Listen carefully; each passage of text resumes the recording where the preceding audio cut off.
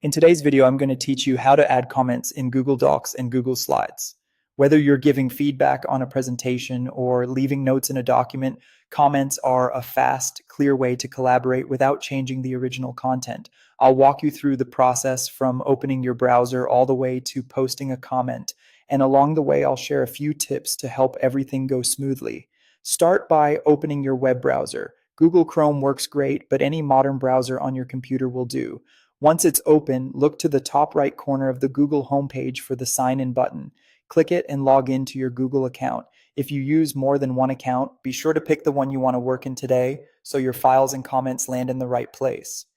Next, open the Google Apps menu. You'll find it in the top right corner as a small grid of 9 dots. Click that grid to open the full list of Google services. From here, choose either Google Docs for text documents or Google Slides for presentations, depending on where you plan to leave your comment. The interface for commenting is very similar in both, so the steps will feel familiar no matter which one you choose. Once you're inside, open the specific file you want to edit.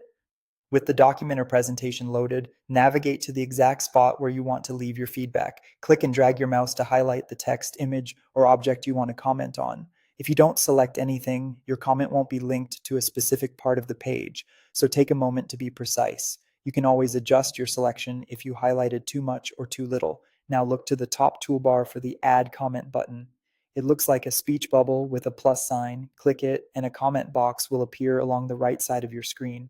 Type your feedback clearly and specifically so others immediately understand your point. For example, mention what you liked, what needs attention, or what question you have. When you're satisfied with your message, click the comment button in the box to post it. Your comment will appear in the margin and be anchored to the highlighted content.